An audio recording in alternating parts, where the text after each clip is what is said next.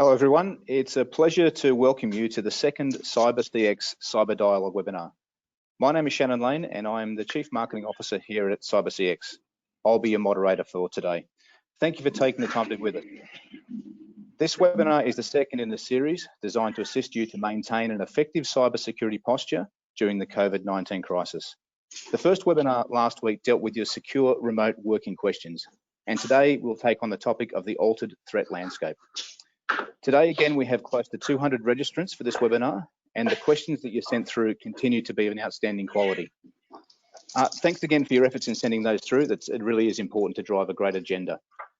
A lot has changed in recent times. At CyberCX, we do recognise that for many months we must adapt to a new way of living, changing the way we work, the way we play, and the way we socialise. The disruption caused by COVID-19 has created significant new challenges, and we are partnering with business, universities and government to create solutions to minimise the impact of the virus and protect livelihoods and communities. Recently, CyberCX partnered with the DTA, Atlassian and Facebook to deliver a secure Coronavirus Australia application. We think that it's essential that we work to maintain a secure online environment during the pandemic. CyberCX is also here to listen. We want to understand how the crisis has affected your business and offer you our cyber experts to assist. While the majority of us are working remotely, we can support you to mitigate a whole range of risks posed by the largely at-home workforce. We can protect your employees by ensuring your cybersecurity monitoring covers remote access and identity management, and we can protect your network by enhancing your VPN capability, supporting end-to-end encryption and building company-wide security. We can also protect your data with anti-phishing software, enhanced email security, and data loss prevention services. Now more than ever, CyberCX is committed to our industry, our clients, and to creating a safer, connected world. Today, we have two outstanding guests, Alastair MacGibbon and Nick Klein. Before joining CyberCX as the Chief Strategy Officer, Alastair was the National Cybersecurity Advisor and head of the Australian Cybersecurity Centre within the Australian Signals Directorate. He was Special Advisor to the Prime Minister on cybersecurity and has served as Australia's first e-safety commissioner. Alastair established the Australian Federal Police's High-Tech Crime Centre during his long service with the AFP and previously worked at eBay as its Senior Director of Trust, Safety and Customer Support. He has also been the local CEO of Information Security Certification Not-for-Profit, Crest Australia. Nick Klein leads the digital forensics and incident response practice at CyberCX following the merger of his company, Klein & Co., which he founded in 2009. Nick has over 20 years of experience in cybersecurity, specialising in breach response, digital forensic investigations, and expert evidence in legal proceedings. His team has led the investigation and response for some of Australia's most high-profile cyber breaches, including PageUp People in 2018 and Landmark White in 2019. Nick was previously was a senior director at the Deloitte Forensic Practice and a team leader at the AFP High-Tech Crime Team, where he worked with Alastair on international police investigations and intelligence operations, including counter-terrorism and computer hacking. Nick is also a certified instructor with the SANS Institute and teaches advanced digital forensics and incident response to students around the world. Thank you both for being with us today. Alastair, can I open up questions initially with you and ask you to potentially comment on how the threat landscape has changed with COVID-19? Yeah, thanks, Shannon. Really appreciate the opportunity to be here today, and thanks to everyone who is also participating in the webinar today, and a special shout out to my friend Nick Klein, who I got to work with in the really early 2000s, and it's a really nice bookend to a career to be working again with Nick. And I think, Shannon, I need to warn you, Nick and I might riff off each other a little bit during these questions. But look, to answer the first question, what I'd say is I think it's changed significantly. Well, actually, I'm going to say it hasn't changed at all, and it's changed significantly. We know that there are sophisticated nation-state actors and criminal groups, as well as insider threats that have been persistent and pervasive since we've had connected technology, there's no doubt. Like any crisis, and there's no doubt the COVID-19 scenario is indeed a crisis, we see threat actors pivot to leverage that crisis. So there are a couple of really quick things, and then I'll let you get on to the next question. The first is Obviously, they hide in the communications stream that relates to whatever a person's likely to click on. One of the biggest vectors of entry still into an organisation is via email or through websites that people are going to be visiting, so watering hole attacks. So the concept there is that they'll use COVID-related communications to increase the likelihood of someone either clicking on a link or going to a website. But the second is that obviously, and we all know this, those of us who are fortunate enough to be white-collar workers and are able to work from home, and we should recognise a lot of people still have to go in to their offices. For those of us who do operate remotely, it's changed the posture of the type of technology that we're using and the way we're using it. And that is also something that there's no doubt offenders, whether they're nation states or criminal groups, will exploit. So thanks, Shannon. Thanks, Alastair.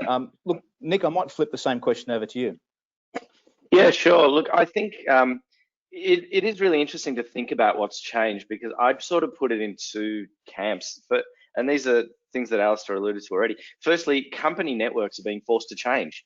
We have to support working from home. We have to allow our users to get out of the office environment and take their work computers, or sometimes even their personal computers, home. We've had clients where they've said to us that they've had to allow staff to use personal devices at home because they just haven't had enough laptops, and that obviously creates a lot of security challenges for people that are trying to keep networks safe.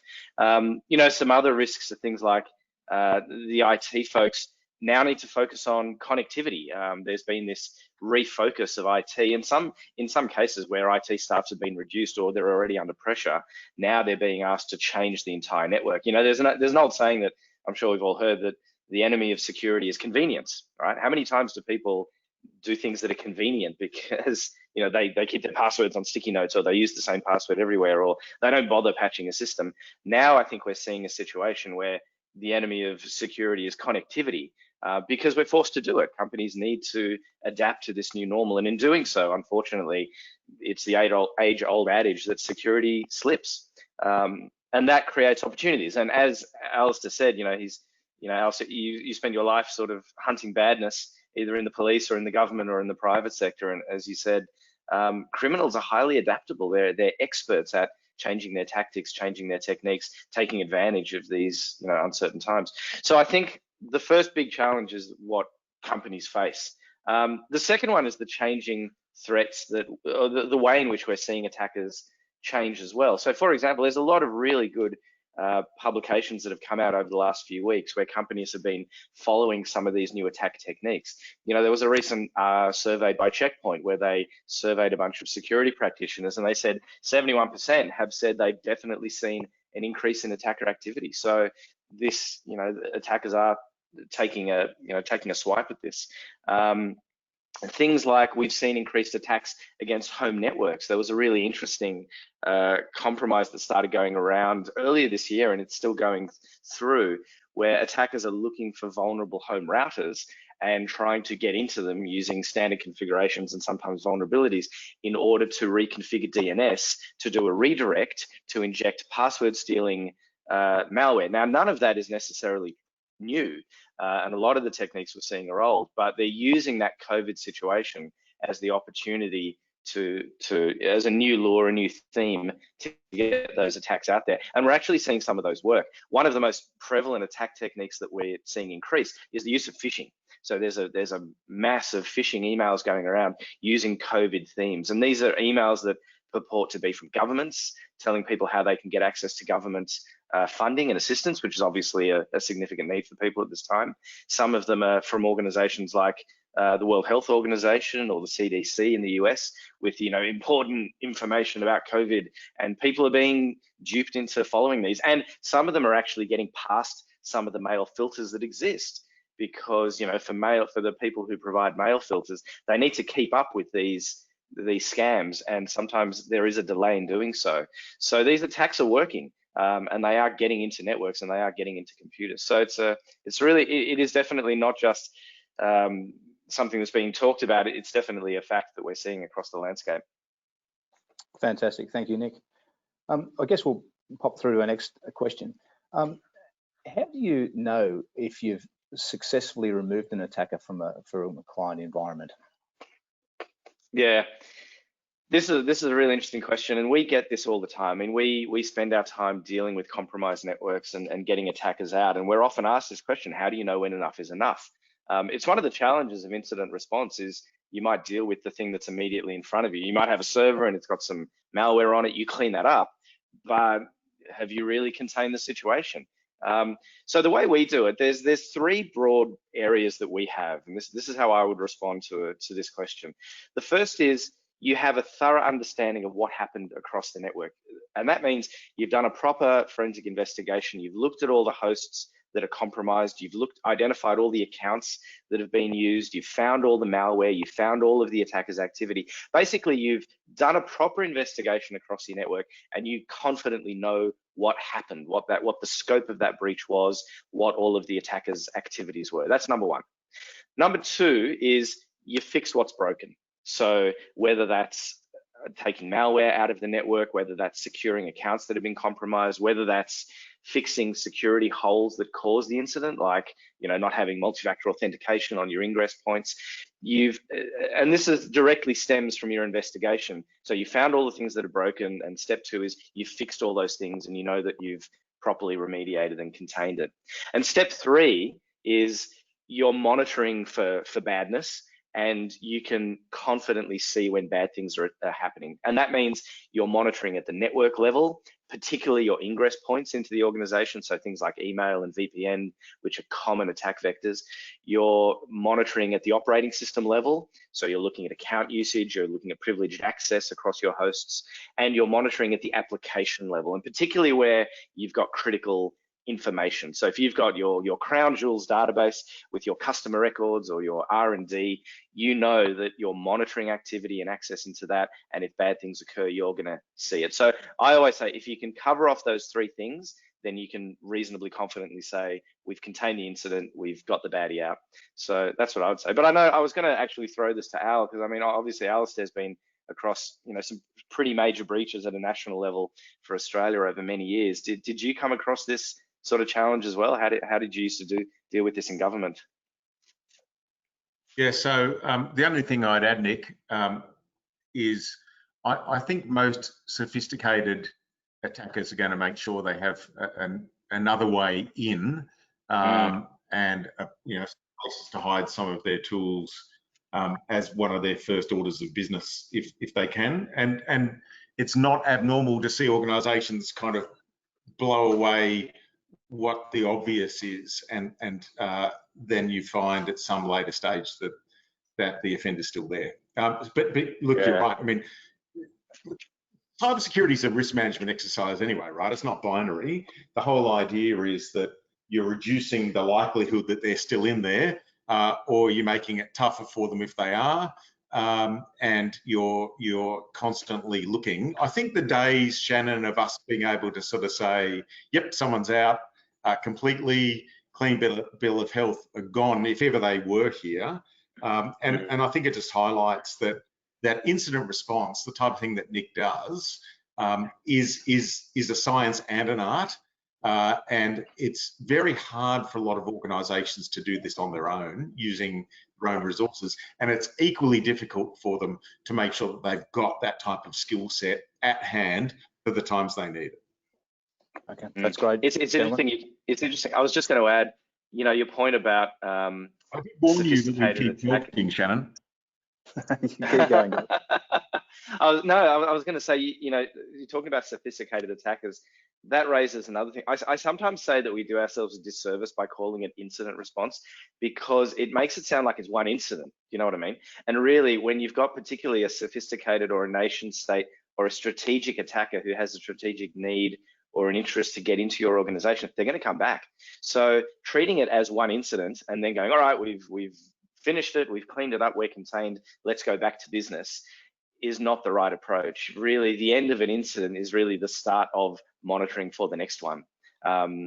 So yeah, it's a different perspective. No, that's fantastic. Look, one thing we are going to do again today is run a couple of polls during the course of the webinar. And I guess what we'll do is we'll sort of have a bit of a dialogue around your ability to detect and respond, and hopefully provide that feedback at the end of the webinar to various people. So we'll crack on with the next question, and we will get to those polls to sort of really help put some clarity around our ability to respond and detect. Alastair, can I flip this question over to you? What should organisations be doing to adapt to the new threats that COVID-19 has created? We already had that one. Hang on, so I think it's really. Sorry. That's it. Yeah, I think that's looks about right. Look, I think it's really important, obviously, to talk to staff about how a situation has changed, right? So, for example, you know, most organisations, if you're not working in a classified type environment and you're a white collar worker, do some form of remote working, right? So whether it's, you know, a day a week or a day a month, or because there's a certain thing happening, you've got a laptop at home. It's very different when you've got things like your files at home. So we're talking about physical security, access to devices, which are different when they're locked in your office and you kind of know who's in that office environment. So I think it's a discussion between the organisation and its people. It's looking at understanding what a person or an organisation may want out of you, or how they might want to use your resources, and how that might have shifted in a COVID world. There's a range of materials, and we've got some, Shannon, and I'm sure you'll talk about them, the types of things that organisations need to be doing with, you know, VPNs, how they need to change some of their password policies to stop people being locked out at home, and a range of other bits. But what I would say, and this was consistent prior to COVID, and I think it really is now too, you need to have constant, not just keeping of logs and events, but a constant monitoring and correlation of those to understand how your organisation is being impacted by offenders. Because every organisation is going to come into the purview of an offender, whether it's a nation state or a criminal group. It doesn't really matter. To you as the victim, you really don't care. You just care that someone's harming you and misusing your resources, harming your customers and your staff. So in some respects, again, like the first question you asked me, everything and nothing has changed. But I think the number one thing is organisations talking to their staff about what their obligations are, and then the organisation making sure it's got the right technologies, you know, practices and policies in place to actually protect themselves in this sort of extended work from home environment. Nick, any observations from your end? Yeah, I guess extending what Al said, I think, as we said at the start, companies are being forced to change rapidly, and this is putting a lot of pressure on IT folks to allow that connectivity. My first bit of advice would be take a second to just stop and think about the changes to the environment that you're making, and think about it from an attacker's perspective, from a threat perspective, and ask yourself questions like, what new risks are we opening up? What new potential threats are we opening up? What security weaknesses have we needed to put in place? And then what kind of controls can we implement so that we get ourselves back to an acceptable level of security? So that's the first thing. Take the time to focus on the threat and figure out what you're going to do, and actually proactively, you know, fix things before it becomes a problem. And also think about how you're going to respond. So if you do have an incident in this changed environment, when maybe your IT group is dispersed and you've changed your systems, can you still respond properly if an incident were to occur? And the second thing I'd probably advise is, going from what Al said, is be aware of these new threat techniques that are being used, particularly in the phishing emails. Now is the perfect opportunity to reach out to your staff, to advise them to be on the lookout, and to make sure that they are aware of the techniques that the attackers are using for COVID-related phishing emails, and they are monitoring that and responding appropriately. And I guess the final thing I was going to say is that there's another interesting risk that some of our clients are mentioning to us, which is related again to people working from home, but it's around confidential information. And they're saying, now we have all of these users who are at home and they've taken all of our confidential material to their homes. Some of them might be putting in USB keys to print things on personal computers. Some of them might be using personal computers at home. So that's another particular risk that I wanted to call out that organizations should be thinking about specifically. Okay, very good. All right, we might just pop through to the next question. And this goes a little bit to your comment around monitoring and what you should be doing there. What are the top 3 locations on a network to monitor if monitoring hasn't previously been performed or previously been a priority?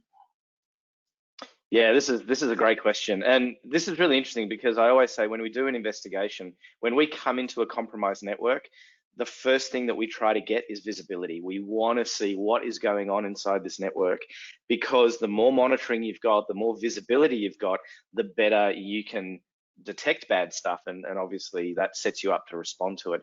So what are my 3 first things? It's hard to pick 3 in particular, but my number 1 would be any ingress point into your network.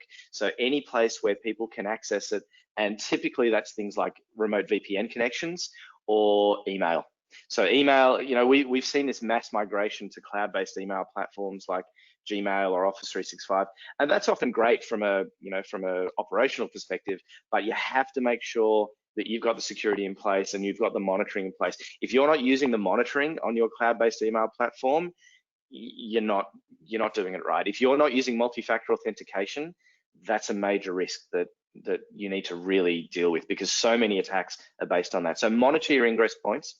And similarly, as I said, VPN, this is particularly for the SMEs who allow VPN not only for their staff, but for service providers, and particularly for IT providers. If you've got a remote IT provider that VPNs into your network, make sure that's secured, because often they can VPN in with a privileged level of access, and that's just an accident waiting to happen for an attacker. So that's the first point. The second point would be your email platform itself. So you want to be scanning your email for malicious attachments, for bad links, for all of those things. Given that email is a key attack vector, you want to be monitoring your email for badness.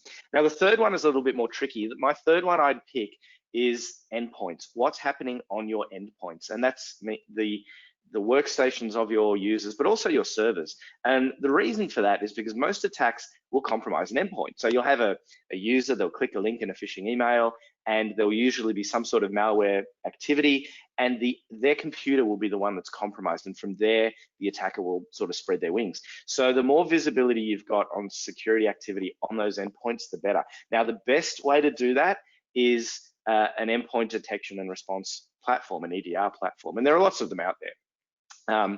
And they will give you tremendous visibility and detect those kinds of attacks sooner.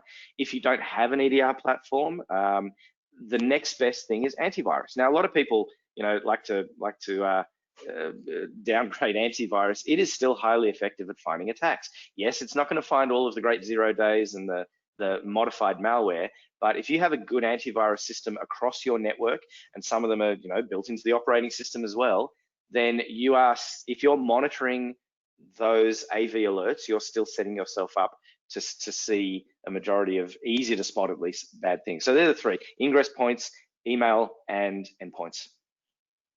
Very good. Thanks, Nick. Alastair, any other perspectives on that particular question? I think it was a good one. I just had to unmute myself, Shannon.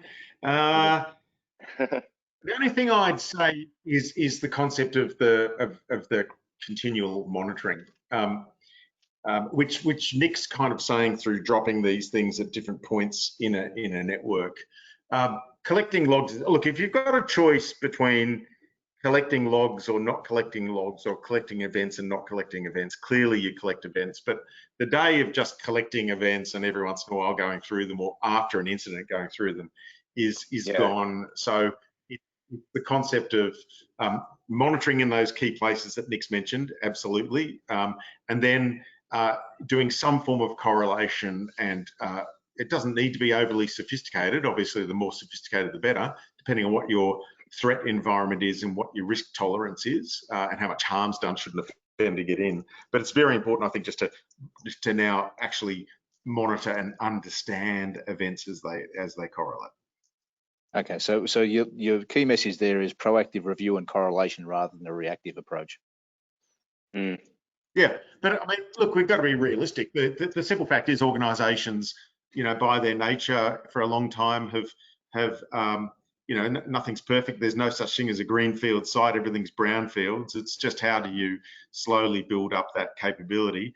Start collecting events as your first step, and collect them in the types of places Nick was referring to, and then as you get more more attuned to that, start correlating them and monitoring. Yeah, and just something to add to that too. This doesn't mean that you need to go out and buy necessarily sophisticated monitoring systems. You know, your operating systems, if you're on a Windows platform or even a Unix platform, there are excellent logging capabilities built into that operating system already. You can do log forwarding, you can do log monitoring, you can adjust the log entries that are being detected, so you're getting those events that are of real security value. So by just tuning the systems you've got, you can get tremendous bang for your buck when it comes to getting increased visibility. And it's funny because we go into so many networks that are compromised, and we always go through the scoping exercise at the start, and we ask what sort of security capability you've got, what kind of logging do you have. 9 times out of 10, the answer to that question is whatever the default is. So we say, what are you logging? Whatever the default is. How long do you keep your logs? Until we run out of disk space. And that always kind of drives you nuts, because you think, well, firstly, you've got this great capability. You really just need to turn it on to get more value out of it. And secondly, disk is cheap these days. So, you know, and people sometimes say, how long should you keep logs for? This is another great question. I always go back to some of the data breach reports that we have in the industry, and if you read any of them, it will say a sophisticated attacker will be in your network for maybe at least 6 months before you detect them. This is the more sophisticated, careful, sneaky attackers. So if you ask the question, how long should you keep logs? That's your starting point, 6 months. And anything more than that gives you even greater visibility, so that you can see bad stuff and you can compare it to what's normal. So, you know, there's a lot of good stuff you can do with the tools that you already have. You just need to know what to look for and how to set it up. And as Alastair said, ideally, you wanted to be monitoring that actively, so you're seeing things pretty close to when they're occurring, not after you've had the breach. Okay, that's fantastic. Look, that is also a really good segue to our first poll.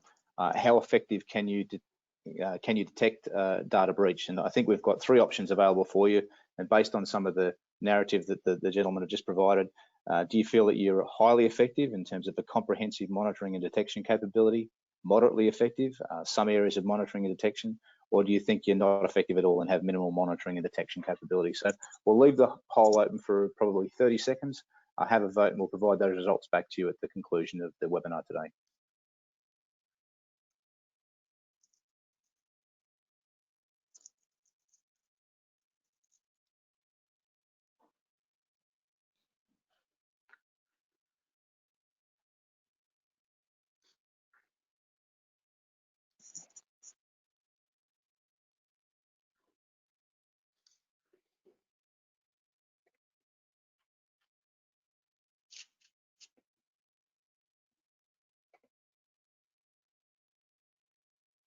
Okay, we'll move along.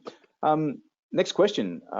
What are the first things that organisations should do if they suspect that a COVID-19 related breach has occurred? Maybe Nick, lead us away. Yeah, sure. Look, it's an interesting question. I mean, what I really want to say is give us a call, because you're going to need some help. Look, I say that tongue in cheek, but the reality is how an organisation responds will be based on how well prepared they are. You know, if you're an organization that is well prepared, you've got a response plan in place, you know what to do, you've got trained staff and capabilities, you'll already have those processes. But if you're asking this question, I'm going to take a guess that you maybe want a second opinion on your capabilities, or maybe you don't have anything and you're asking what to do. So although it is tongue in cheek, I do mean get someone to help you, get an expert to come in and help you through that process. Now, another way to answer this is, how do we go about doing this? When a client calls us up and says, look, we think we've had an incident, we think we've had a breach, what do we do? What are the first steps that we take? My first advice is always, don't rush into something. Just take a deep breath and make sure you assess the situation very carefully and you plan what the next steps are going to be. You know, I often use the analogy. It's a bit like if you've ever seen ambulance officers at work, they might be called to a crash or an incident or something bad where there's people, in all sorts of trouble and they need help straight away, and the ambulance will turn up with sirens screaming and lights blaring, and they'll stop, and the ambulance officers, they never run, they'll walk. They'll always walk over, because what are they doing? They're assessing the situation. They're trying to get a proper view of what's happening. So our first step is always understand exactly what has occurred. What do we know? What don't we know? What are the facts of what we've seen so far? And what evidence do we have? Where is it on our network? What are the facts of what's happening versus what people are suspecting could be happening? So that's the first thing.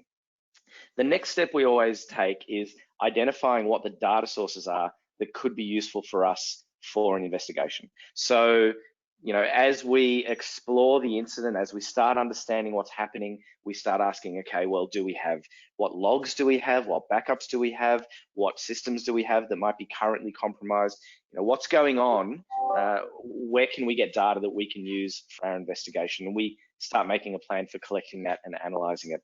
The third step is around containment, because, and this is where you need to strike a careful balance.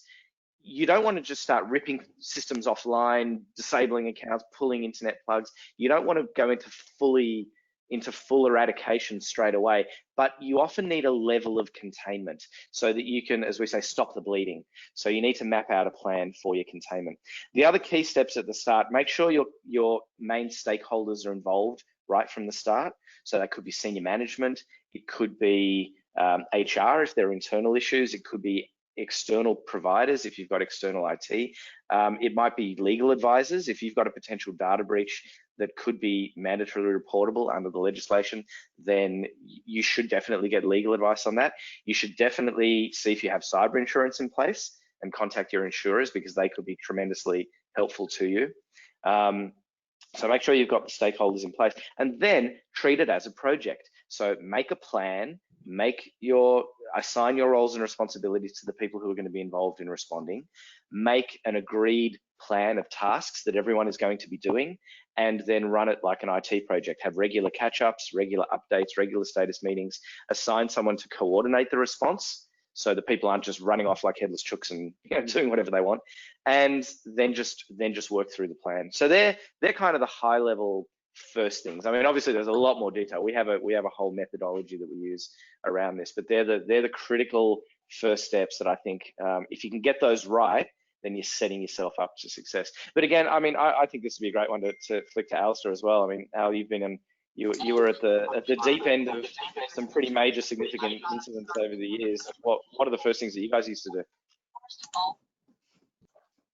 So let me just really briefly say, Nick, that really comprehensive answer. The only thing I'd add is there's a lot of things organisations can do to prepare before an incident, and in my experience, the best organisations to deal with are the ones that have sort of thought through what it would look like.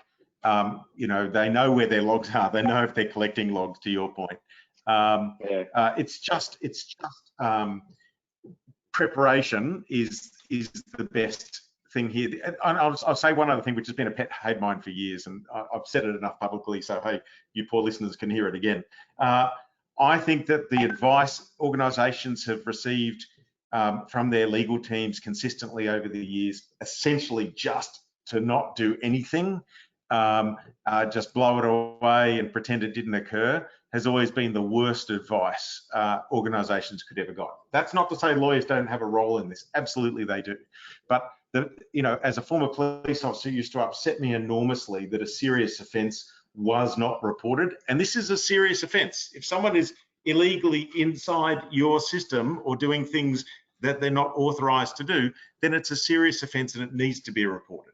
And it needs to be treated as a serious offence, and then the things that Nick referred to. So my high horse here is and that's kind of been fixed with the notifiable data breach legislation, at least to an extent. But the reality is it's a serious matter. The more you exercise it before you have the unfortunate and almost inevitable exercising of that practice, practice it. Okay, no, that's great. And Alastair, I do know we do have a couple of questions specific to the notifiable data breach legislation. So it could be a good opportunity. Trying to make your job harder, Shannon, that's all. I just like to make you work for it. Thanks, Alastair. Yeah, just help Look, you out. thanks so much. Look, just one other thing while we're pausing for a moment. We are running effectively a rapid fire response to the online questions that you submit as you're listening. So do keep those coming through, and we'll add about 10 minutes, or we'll have about 10 minutes at the end of this session to provide those rapid fire responses. Actually, here we go. Perfect timing. Thanks, Alastair. Great segue again. It's been just over 2 years since the mandatory notifiable data breach legislation became law in Australia. Could COVID-19 lead to more legislative change? And I might get you to lead away, Alastair. Yeah, look, I've got nothing to say about notifiable data breach. No, just joking. Look, thanks, Shannon. And you know, I'm like a goldfish. You can tell me that a question's coming up and I'll forget it. So thanks. Look, I actually think that notifiable data breach has been a really good start. I mean, what organisations wanted over the years was some sense of a level playing field and some guidelines. I mean, it's a bit like kids. You need to kind of set rules and set expectations. That legislation gave us all, if we're large enough organisations, guidelines and you know, legal pathways that we have to now take. My prediction is that we will see more regulation in this space over the years, not less. So I think near misses, incidents where an offender may have altered but not taken, et cetera, will become more important as well. And I think it will go beyond the Office of the Information Commissioner, who, by the way, do a great job. And I've always worked really closely with them. But I think there'll be other organisations as well who will have to be notified, whether that's the Australian Cybersecurity Centre or a police force. I don't know, but I think that that's where the trend will be. So any organisation that thinks this is a one-off and it will go away is wrong. What we'll see is more law. There is a greater expectation on the part of our customers. There's a greater expectation on the part of the public more broadly, and there's now an expectation by the political class that we fix cybersecurity. And one of the ways to do that is the transparency associated with events. And that's why I think near misses will become part of the discourse as well. But in short, while I was a bit doubtful at first, I think it's actually been a really useful piece of legislation. It took far too long to get in, we all know that. But now that it's here, it provides a good baseline that'll only get higher. Okay, fantastic. Alastair, can you expand a little bit more on the near miss discussion or near miss mention? What do you think that would potentially look like, or how do you think that would work? So it's a bit like, so I use an airline analogy. That used to be a good one.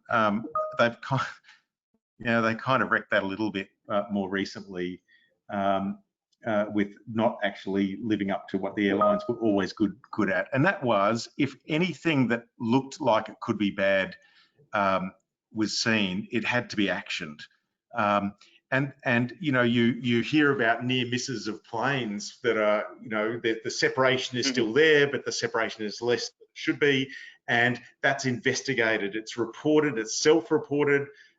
There's this concept that we've just got to keep grinding down all the potential avenues for failure in flight. And I think we'll get to that when it comes to technology. So what will happen is we'll say, hey, we found an organisation that was burrowing its way through to us. We know that they got through to one computer. They tried to escalate their privileges and we caught them there, but we're reporting it anyway because the fact that someone did that alone, even though we know they didn't get access to information, they didn't achieve their goal, it's still important to note that this has occurred and what the techniques used by the offender and what the solution was, so that that gets propagated near real time out to all other systems. This will lead to an environment, and I'm sorry if it sounds a bit too highfalutin, where there will just be this massive exchange of information between public and private sector entities, between nation states, where they become more self-healing. An incident has occurred in a like organisation offshore. Here were the techniques and tactics used, and this was the solution, and it will just be applied across networks real time. That is going to require more of a regulatory approach to create that mechanism, and then, frankly, a greater investment in cybersecurity on the part of all organisations, because we're increasingly seeing that the cybersecurity risks are the existential ones in critical systems that we all rely upon. Very good. Nick, any perspective on that from your end? Yeah, look, I think this is a really interesting question. I've watched breaches for 10, 20 years, and nothing has made an impact on people's response like the mandatory data breach notification. We saw it made people sit up and realize that they needed to do something properly. They needed to respond properly. They needed to investigate and deal with incidents properly.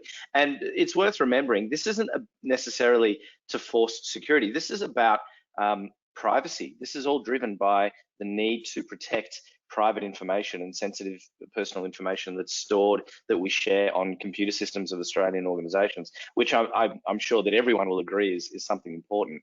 So I think it is good that we have that, and it made people pay attention. I think it's also an area that's going to continue to change. When the legislation first came in, people were wondering, well, how do we respond? What does a response look like?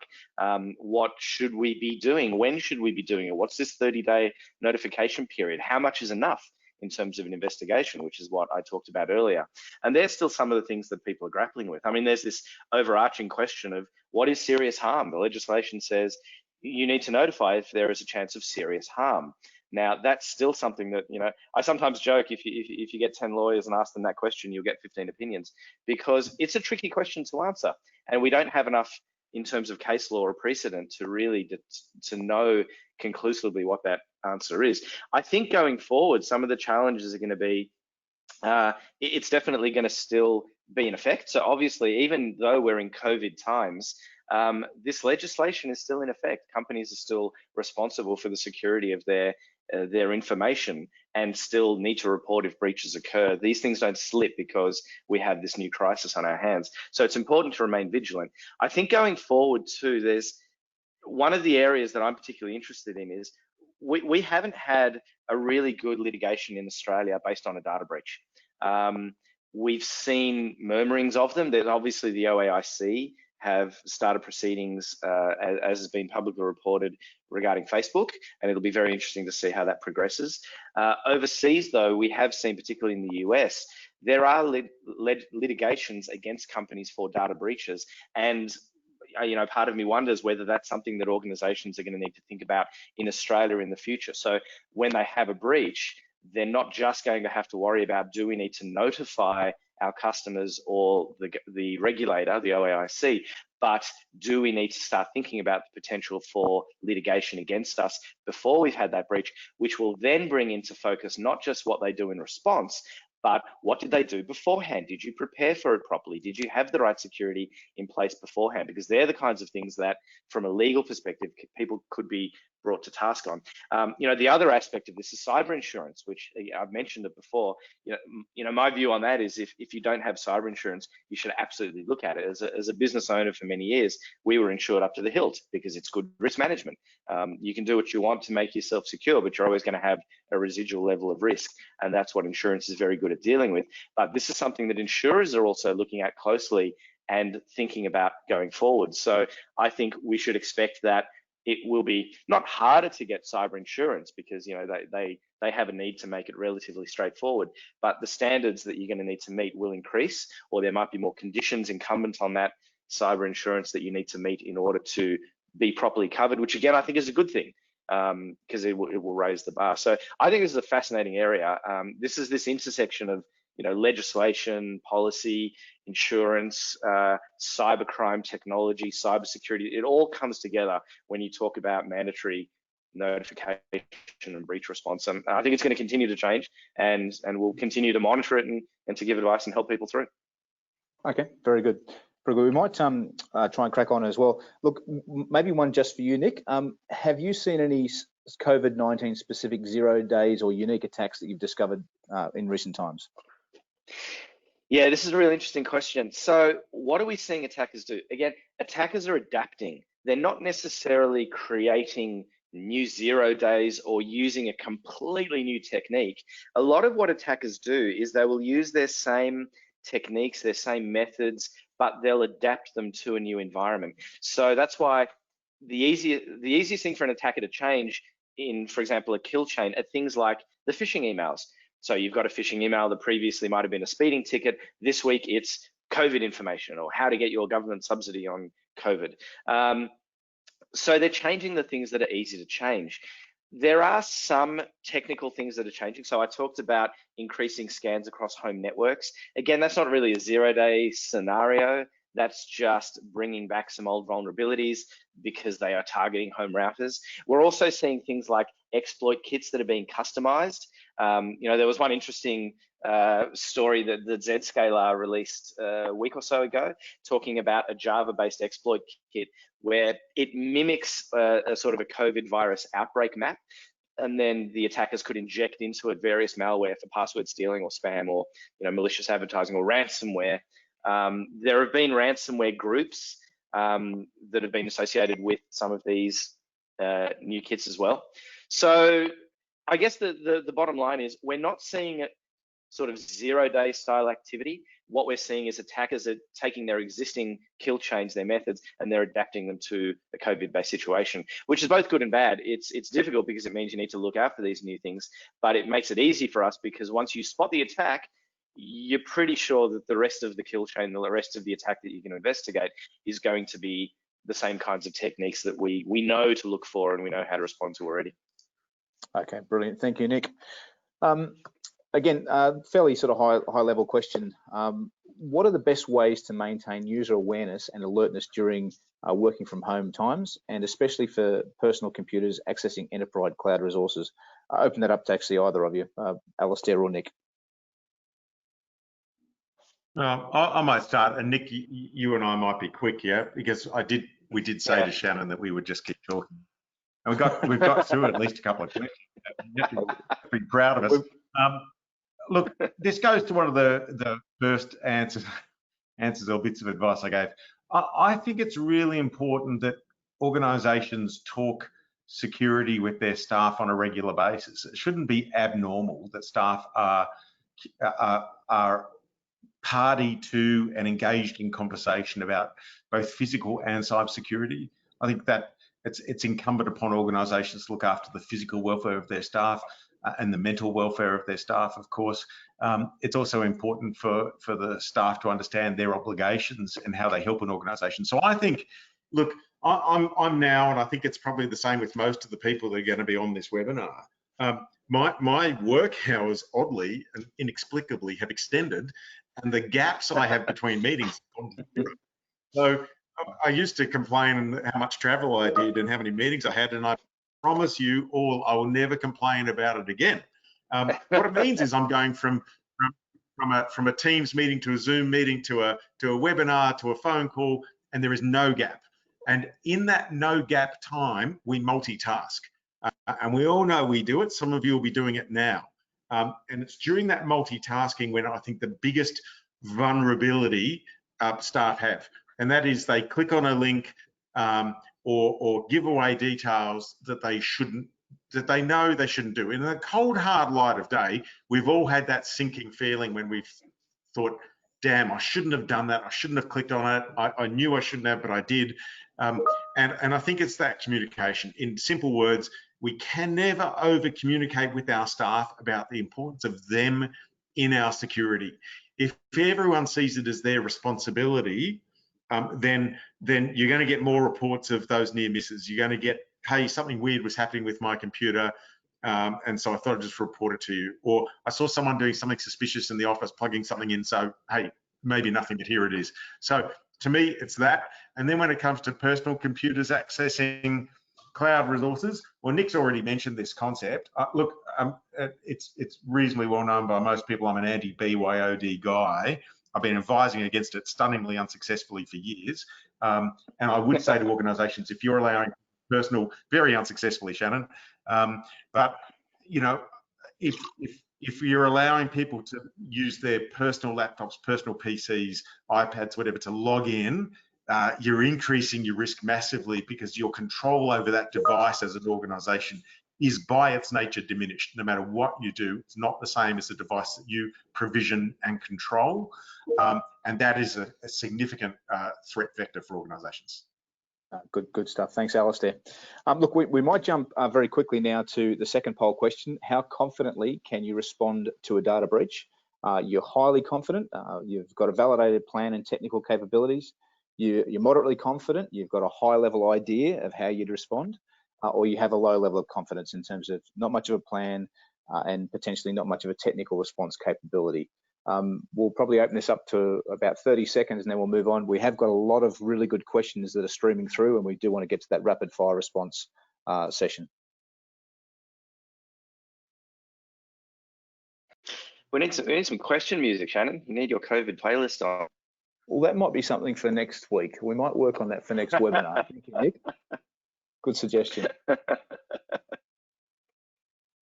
I'm not sure what the theme music would be, though. We'll have to have a bit of a think about that as well. Maybe that can be one of the poll questions, your favorite COVID song. That sounds like a plan. I did see a COVID-19 playlist a little while ago. It was rather grim, but we'll move on. Alrighty, a couple of quick questions, and I might just get us to flip straight into the rapid fire response now with a couple of quick questions around this. Nick, I'll flip to you.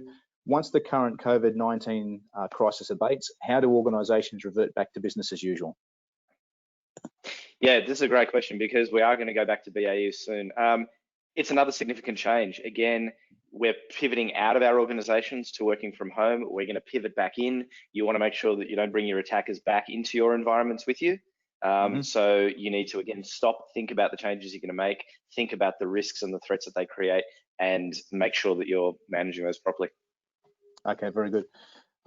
Alastair, an opinion on staff cyber awareness. I think we've sort of probably dealt with this already, but again, opinion on staff cyber awareness in the current threat environment when working remotely. How much information and what methods of distribution do you believe can be most effective? I actually think we're probably dealing with that next week at next week's webinar, so yeah, I might hold that one over to next week.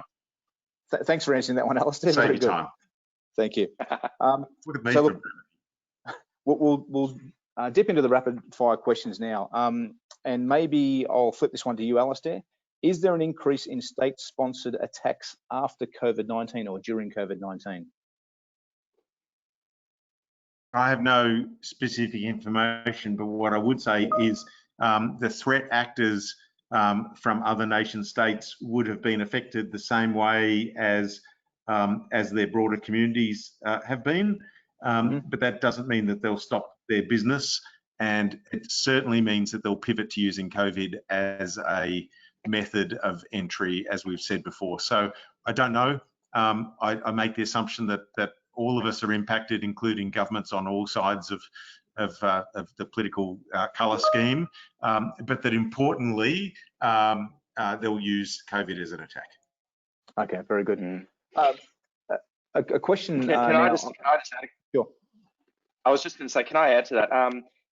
The Malwarebytes, the company, put out a really interesting report this week talking about attack groups that are using COVID-19 related techniques.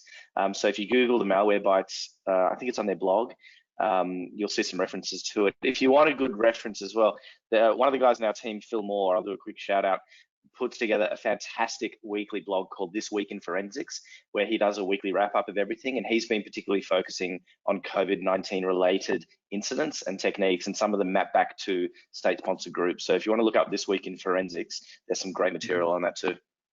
Oh, look, we might take the opportunity to put some of that information on our website as well, Nick, so some additional reading and research for people.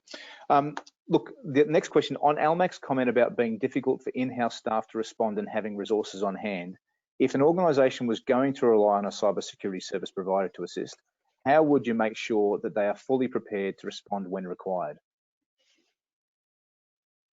So this is the conundrum I see consistently where we see, was that to me, Shannon? Yeah, it was, Alastair. Because I'm starting to answer it anyway, that's lucky. What I was going to say is that there are organisations that have probably oversold their response to lots of people. So some form of retainer where they've said, well, pay us this retainer, we'll be there for you when an incident occurs. That's fine probably on any normal day where you've got a cadence of these things. Where that becomes problematic, and where I suspect the questioner is coming from, is what happens if there are 30 organisations that have been affected that you've sold services to? What priority order do you have? I'm a big believer in having boots on the ground in the communities we live in, and that's not a shameless plug for CyberCX, but we have people all around the country. It doesn't mean we can't have a specialised team in a particular place. So most of Nick's folks are in one location for the time being, but we have people all across the country who work with Nick with incident response qualifications and capabilities to extend that team. That's how you've got to do it. Well, sorry, I think that's my... Carry on. Fantastic. Someone's mowing the lawn. Is that your waiting music? But is that your trombone? So I really think that's a great question to be asking, and I'd want to know if you're getting your services from overseas, particularly. How do you know that what order I'm going to be responded to if you've got people in other countries? How do I know that they're going to be devoted to me? And that's a really legitimate question we should ask about all the professional services we consume, cybersecurity or otherwise, is where do I sit in your pecking order, and prove it to me. It's not dissimilar to when we let our oil reserves run down and say, don't worry, we've got all these promissory contracts with people. It's like, well, what happens if they can't ship the oil to us, or they're shipping it to other countries? Same when it comes to cybersecurity. You should make sure that you have a provider who can prove to you they've got the surge capability and that it will be directed towards you locally. Okay, very good. I've got a question here. I might flip this to you, Nick. New South Wales government agencies don't need to comply. I'm assuming that's for the NDB legislation. Any recommendations? Sorry, in what context? As in, what should they be doing? Or yeah, look, I think the comment is New South Wales government agencies don't need to comply with the notifiable data breach legislation. What would you recommend? Right, okay. Should they comply anyway? Is that a quick sort of response? Look, so the caveat I often find myself saying is, I'm not a lawyer, I can't give legal advice. So when it comes to complying with legislation, you should get a legal opinion. Having said that, any organization that deals with sensitive data that has a breach should be responding to it. You should be understanding what happened, making sure you know the risk exposure, making sure you know what to do. Because remember, the reason you investigate a breach is not just to respond to the legislation. We talk a lot about the mandatory data breach, but the reason you respond to a breach and investigate it properly is so you know what happened. So you know the extent of the compromise of your own network. So you know whether the attacker has taken your crown jewels. So you know whether the attacker is still there and can come and go as they please. As Alastair said, attackers love leaving backdoors. So you still need to respond properly. You still need to investigate properly. Whether that's leads to a disclosure or a report to a regulator or advising your customers. That's sort of specific for each organization. One of the other key problems that organizations have when they have a breach is not just responding to customers or regulators, but to business partners. Often organizations will realize they have contracts in place, and under those contracts, there will be a clause that says, if you have a breach or if our confidential material is disclosed, you must notify us. So you might actually have contractual reasons why you need to understand what's going on and respond. There's a subsequent question there. Is there a quick reporting process for breaches that occur at home? So I'm assuming this is with the confluence of working from home and what have you. I might park that one and we might sort of move on, simply because I think there's probably a fair bit of content we could cover off on there. There's also a question about insights into security for teleconferencing tools. Yeah, look, and I'm thinking that might be something we ramp up and address more specifically in the coming weeks. There's a question about Zoom teleconferencing and tools used for teleconferencing. I think we actually addressed that probably in last week's session. So if I can direct you to the webinar of last week, that might work. Are there any special considerations for medical health organisations who are potentially being targeted? We've probably got about 30 seconds. A quick response from both you, Alastair, and you, Nick, if that's okay. Hate to see offenders harming health services that are going to be relied upon so heavily. We've already seen it happening offshore. There's no honour in in offenders. So even the ones that claim they won't cause harm to hospital systems that are going to be stretched are liars. That's why they're criminals. Special consideration, yeah, you need to look at what your most critical assets are and how you can protect them. We all know that the most expensive medical devices are connected to some of the worst bits of computer. And so there needs to be a way of segregating as best you can those devices from your broader networks. And that's the best you can do, monitor at those entry and egress points for those devices as best you can. But I'd hate to see an incident where you've got a stretched series of ICUs that then get hit by ransomware. Yeah, no, fair enough. Look, guys, we are sort of running to time. There are a whole heap of additional questions that are sort of flowing through, so we'll do our best to get back to each of you with individual responses to those questions. They're very, very good, so thank you again. I'd like to thank Alastair and Nick very much. We hope that the information we've shared today will help you understand the heightened threat landscape and also to respond more confidently in that landscape. Thanks for attending today. I would like to share with you the poll results, if we can quickly flip to those and talk a little bit about those. I will remind you of a couple of things. Firstly, next week we have another webinar that'll be focused on phishing specific activities and how they can impact you and how you can respond. We also have an approach and a number of strategies that we've published to try and help you navigate the heightened risk period through COVID-19. And there's some details that I'll refer you to on our website for that. The poll results, let's get to them. How effectively can you detect the data breach? Highly effectively, 17%, great. Moderately effective, 66%, and not effective, 17%. So what would you say to that, Nick? That was sort of fairly representative of your experience? Yeah, it's interesting. I'd say so. Unfortunately, one of the challenges with data breaches is often, you don't know what you don't know until it happens, and then you realize what you don't know. But that's to be expected, I think, those results. No, fair enough. And the next poll result was how confidently can you respond to a data breach? So 34% say they're highly confident, which is good, 56% moderately confident, and 10% with a low confidence level. So obviously some work to do. I think we can all improve in these sorts of scenarios. They're a constantly evolving activity, and you really need to develop a plan, do, check, and act mentality around this. Rightio, so look, that is probably it for us. The next Cyber Dialogue webinar is scheduled for Wednesday, the 22nd of April at 11 a.m. Guest speakers, again, we'll welcome back Alastair MacGibbon. So thank you, Alastair, for your generous donation of your time. And we'll also have Damien Grace, who's the founder of Friendly Phishing, to speak as well. From our end, that's been great. We really do appreciate your questions coming through.